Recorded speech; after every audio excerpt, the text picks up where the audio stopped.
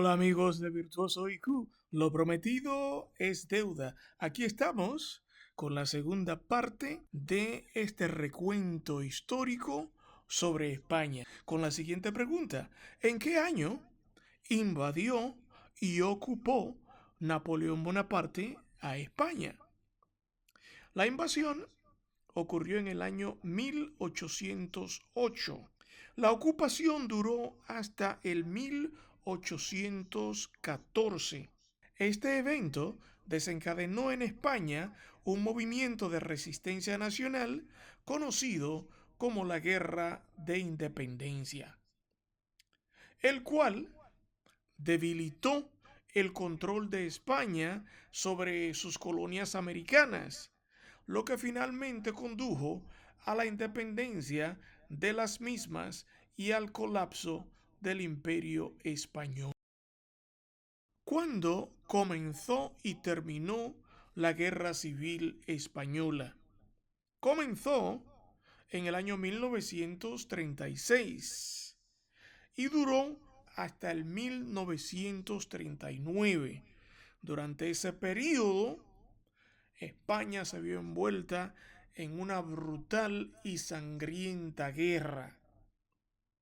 Un gobierno republicano, elegido democráticamente, luchó contra un golpe militar liderado por el general Francisco Franco. La guerra, que terminó con la victoria de Francisco Franco, resultó en una dictadura militar de casi 40 años, que aisló y dejó profundas cicatrices en la nación. En 1975, Francisco Franco murió y el proceso pacífico de la transición marcó el fin de la dictadura, así como el restablecimiento de una monarquía constitucional. También allanó el camino para la integración de España en la Unión Europea y su surgimiento como un Estado moderno y democrático. ¿Quiénes son los principales líderes de la pacífica transición española hacia la democracia? Aunque son varios los actores que pudiesen tener relevancia, vamos a mencionar solo dos de ellos. Al rey Juan Carlos I, quien a pesar de haber sido designado por Franco como su sucesor, al subir al trono se convirtió en una figura central en el desmantelamiento de la dictadura desde adentro hacia afuera. Poco después de la muerte de Franco, el rey destituyó al primer ministro franquista Carlos Arias Navarro y nombró en su lugar a Adolfo Suárez.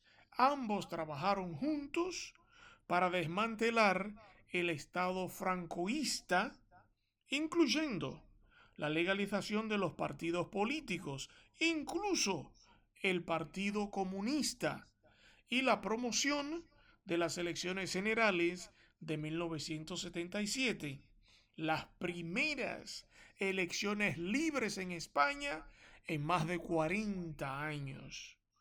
El 23 de febrero de 1981 se produjo un intento de golpe de Estado. El rey Juan Carlos I, en un discurso televisado a la nación, condenó el golpe y exigió el restablecimiento del orden constitucional. En el proceso reafirmó su compromiso con un gobierno democrático. La mayoría de los españoles cree que los escándalos de sus últimos años han eclipsado en gran medida su legado anterior.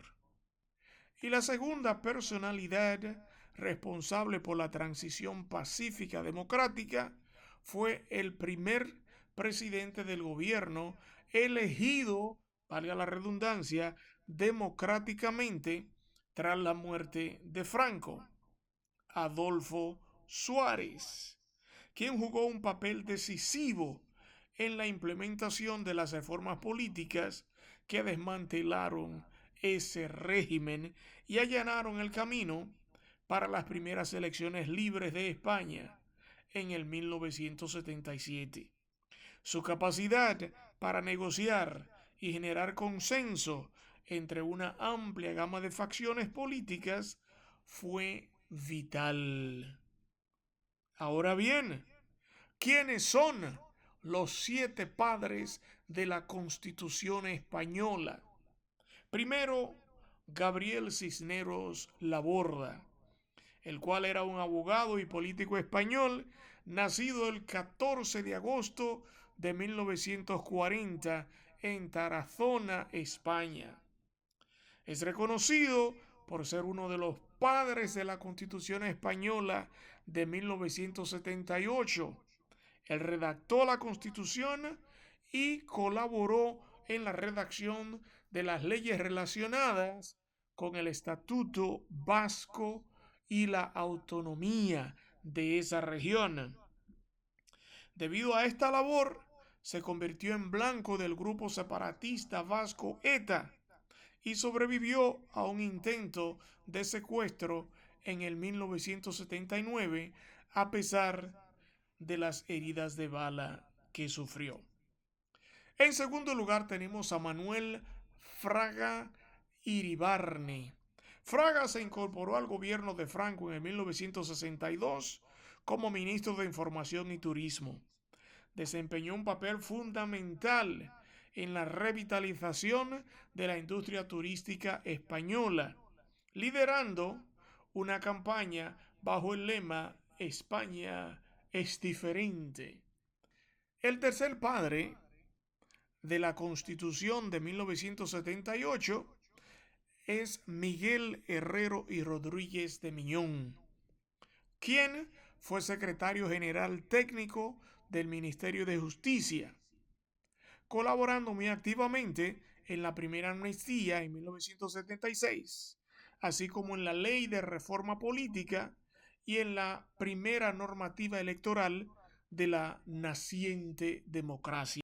Algunos autores lo han identificado como uno de los artífices de la operación de hostigamiento y demolición contra Adolfo Suárez. El cuarto padre de la Constitución española es José Pedro Pérez Lorca, cuyas contribuciones más significativas se dieron durante la transición española a la democracia. Como ministro de Asuntos Exteriores jugó un papel decisivo en la negociación de la adhesión de España a la Unión Europea y la firma de un nuevo tratado de defensa con los Estados Unidos de Norteamérica. También ayudó a impulsar la entrada de España en la OTAN. El quinto padre de la Constitución española es Gregorio Peces Barba. Antes del fin de la dictadura, Peces Barba fue un abierto opositor al régimen francoísta. Como abogado defendió a personas ante el Tribunal de Orden Público, el órgano judicial utilizado para procesar a los disidentes políticos durante ese régimen. Esta labor condujo a su arresto y a la suspensión temporal de su ejercicio en la abogacía. Tras la muerte de Franco, presidió el Congreso de los Diputados entre 1982 y 1986. Además, fue el fundador de la Universidad Carlos III de Madrid y fungió como su rector desde 1989 hasta el 2007. El sexto padre de la Constitución española es Miguel Roca Junyent, el cual fue un representante de la minoría catalana en esa comisión. También desempeñó un papel clave en la relación del Estatuto de Autonomía de Cataluña. En la década de 1980 intentó crear un partido político centrista llamado Partido Reformista Democrático, un proyecto conocido como Operación Roca. El partido no logró consolidarse y representó un notable revés en la carrera política de Miguel Roca. El séptimo, padre de la Constitución Española de 1978, es Jordi Solé Tura. Antes de la transición democrática, fue un activo opositor al régimen francoísta, razón por la cual se vio obligado a exiliarse durante la década de 1960. A su regreso a España, fue elegido diputado en el Congreso en 1977. Como representante del Partido Comunista de España, fue uno de los 7 miembros de la comisión encargada de redactar la nueva Constitución. Además, fue diputado y senador en múltiples legislaturas y ministro de Cultura entre el 91 y 93 durante la presidencia de Felipe González. Otras 2 personas que se unieron al proceso democrático fueron el propio González en su calidad de líder socialista y el también líder, pero del Partido Comunista, Santiago Carrillo. Y al arribar a la conclusión de este salpicado recuento histórico de España, debo señalar que ésta se encuentra en medio del período conocido como la consolidación de la democracia y la confrontación de los desafíos modernos. Esta era comenzó con una victoria aplastante en las elecciones generales de 1982 del Partido Socialista Obrero Español, PSOE, liderado por Felipe González. El gobierno socialista legalizó el divorcio en 1981, despenalizó restrictivamente el aborto en el 85 y el matrimonio para personas de un mismo sexo en el 2005.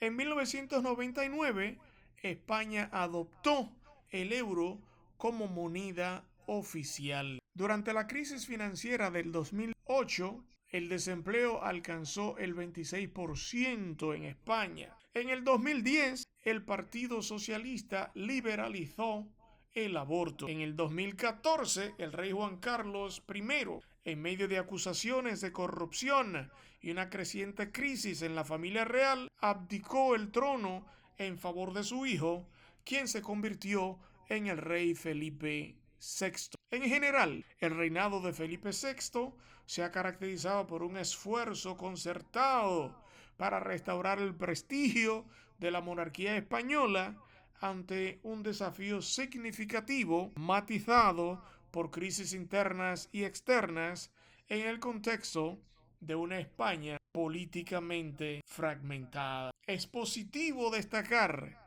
que en el 2011 el grupo separatista vasco ETA, que había perpetrado atentados terroristas durante décadas, anunció un alto definitivo al fuego y en el 2018 se disolvió oficialmente. A pesar de todos sus desafíos, España se mantiene sólida como una de las principales economías de Europa y el futuro se presenta aún más prometedor. ¡Feliz Día de la Hispanidad a todos mis amigos de la península ibérica! Y muchas gracias por el privilegio de su tiempo y su atención.